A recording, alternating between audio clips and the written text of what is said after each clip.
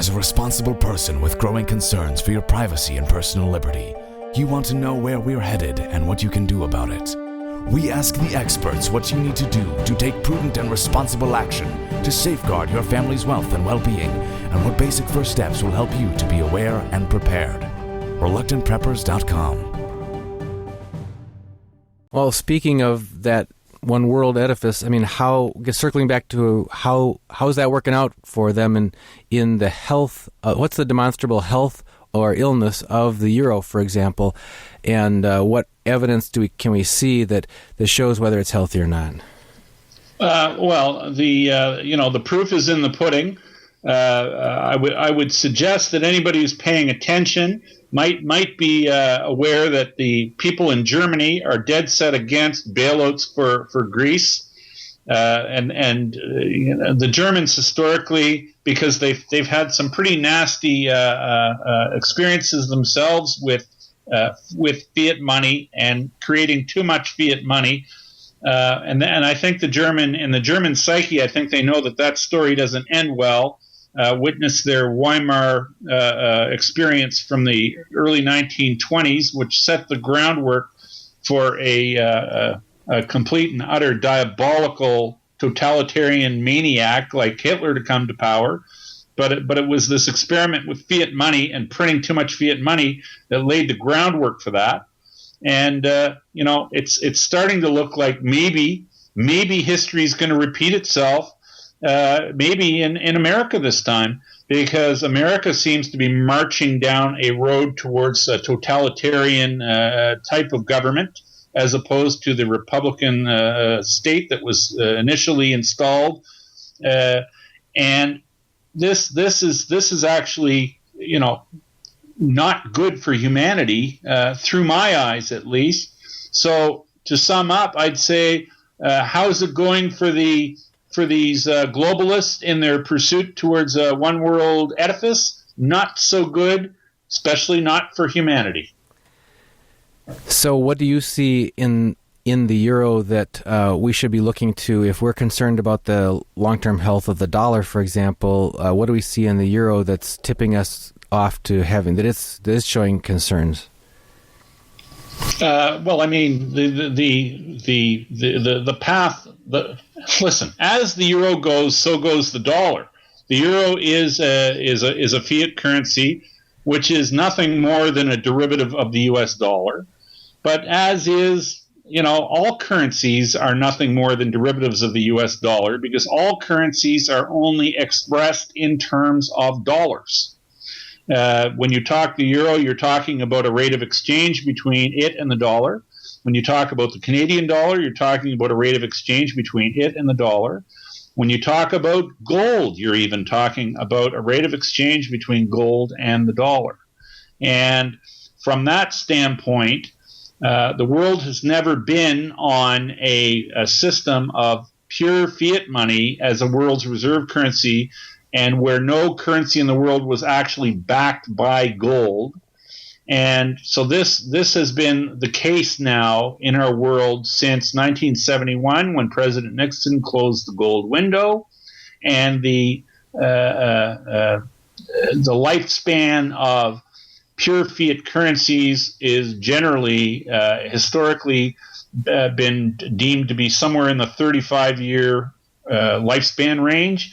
And 35 on to 71 gives you 2006. And isn't it interesting how we had a great deal of financial calamity back in 2006? And given a lot of hocus pocus and a lot of fraudulent dealings behind the black curtain with derivatives, the current financial system, dollarized system, might very well and should have fallen then, but it was kept alive through accounting trickery. It was kept alive through massive interventions and undisclosed interventions by central banking authorities and the U.S. Treasury that are almost unthinkable and unprecedented, in the history of humanity. So we have an old and dying system, Dunnigan, and the system wanted to die already a few times over, but it wasn't allowed to. And I like to reference this point, especially to the people that are so married and committed to their charts.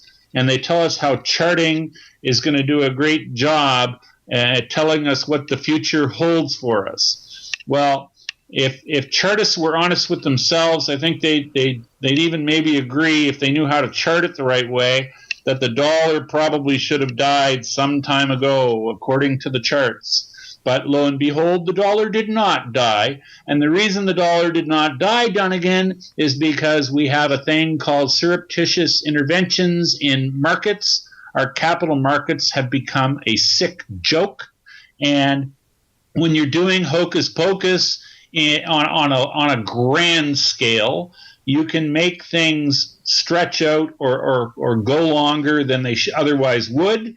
And this to my thinking renders technical analysis absolutely and utterly useless, because the inputs that are going into everybody's technical analysis models are nothing but fraudulently derived numbers and economic data. Garbage in, garbage out, the model doesn't work anymore.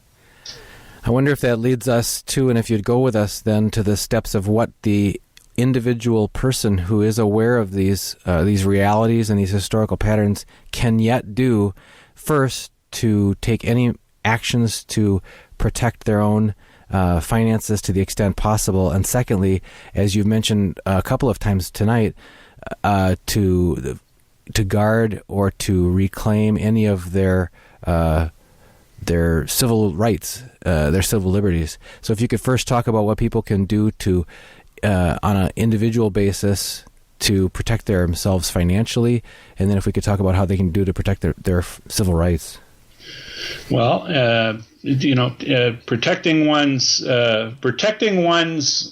total self involves a lot more than simply buying, because I'm a big advocate of this, buying physical precious metal.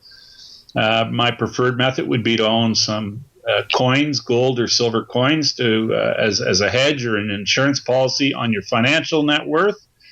But it goes deeper than that, because I think you want to get your spiritual house in order, because I think that there will come a day when we will have paradigm shift type change, where we will wake up one morning and the world will forever be different. And if you don't have your spiritual house in order, dealing with that might be very difficult for a lot of people. And then from a physical standpoint, let's just give a shout out to the name of your site, The Reluctant Prepper. People have been reluctant to be prepared in the recent past, because there's been a huge push on by these handlers or the keepers of the New World Order to demonize and to debase or try to make people that want to be prepared, that want to do the right thing, that want to act responsible. And there's been a huge movement on to make them, look like silly UFO chasers or tinfoil hat wearers. You're subject to ridicule if you don't basically capitulate and sign on to the system for absolutely. Yeah. But that's the big power that the New World Order or this globalist movement has, is that it ridicules anybody who stands in its way or anybody who has anything negative to say about it. But it's pretty prudent thinking when you know you've got severe weather coming, that you lay in some provisions and you position yourself for the aftermath, to weather the storm and to endure the aftermath, to get a new start. And from that standpoint, financial health, and then your provisions, your food. And I'll tell you something, Dunnigan, I'm not an advocate of I'm not a fan of guns, but I'm also not a believer in disarming Americans for the reasons that the mainstream is trying to use or insinuate why guns need to be taken away. Guns do not kill people.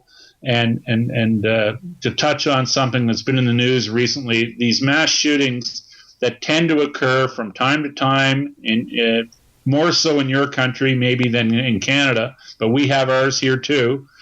They always tend to happen with somebody who's on psychotropic drugs, mind-altering drugs, and isn't it amazing that whenever we hear about one of these incidents, there's always a rush to say that we need more gun control to prevent this from happening, and yet nobody from officialdom has anything to say about the reckless prescribing and the inherent danger in the widespread use of these mind-altering drugs, these psychotropic drugs, which are handed out like candy on Halloween.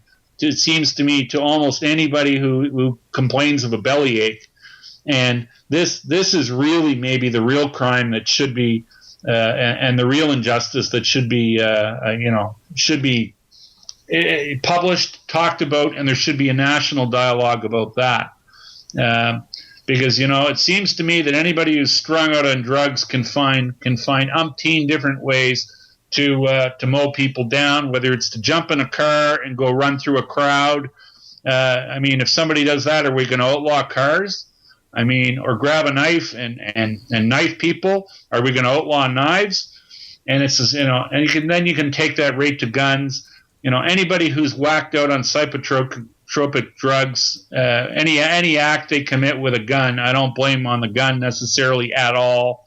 I blame it on the drugs. And it seems to me the purveyors of the drugs in our world today get to write their own ticket, and they get a free pass whenever their products should be duly referenced for causing problems.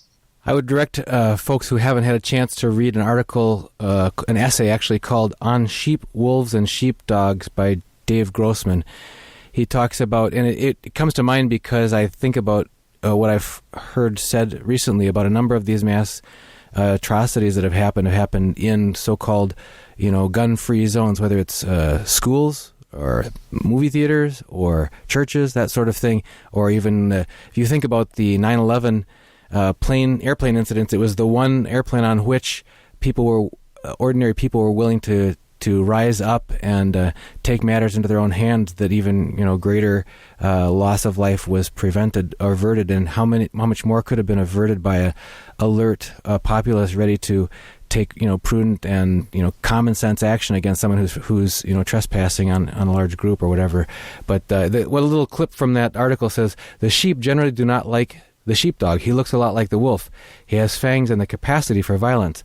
The difference, though, is, and he goes on to talk about the sense of responsibility and the burden of responsibility that is on the person who takes the role of the sheepdog, and instead of insisting on being disarmed like the sheep. So it's good reading. It was recommended in a concealed carry class. I appreciated the chance to read that.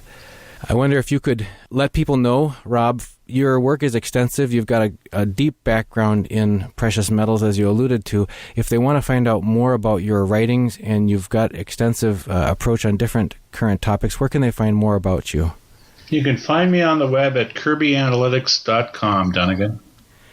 And what's available for folks who visit kirbyanalytics.com? Well, there's quite a bit of an archive of material, and frankly, Dunnigan, it seems to me a lot of the material that I've written in the past is maybe more relevant and more, it seems more prescient today than when it was written. Some of it years ago. History's proving you right more and more each day. I'm sorry to say, I really am. Well, we're glad that you're on the side of liberty and on the side of truth, Rob, and we'd love to have you back again with us here on Reluctant Preppers. And I'd love to do so.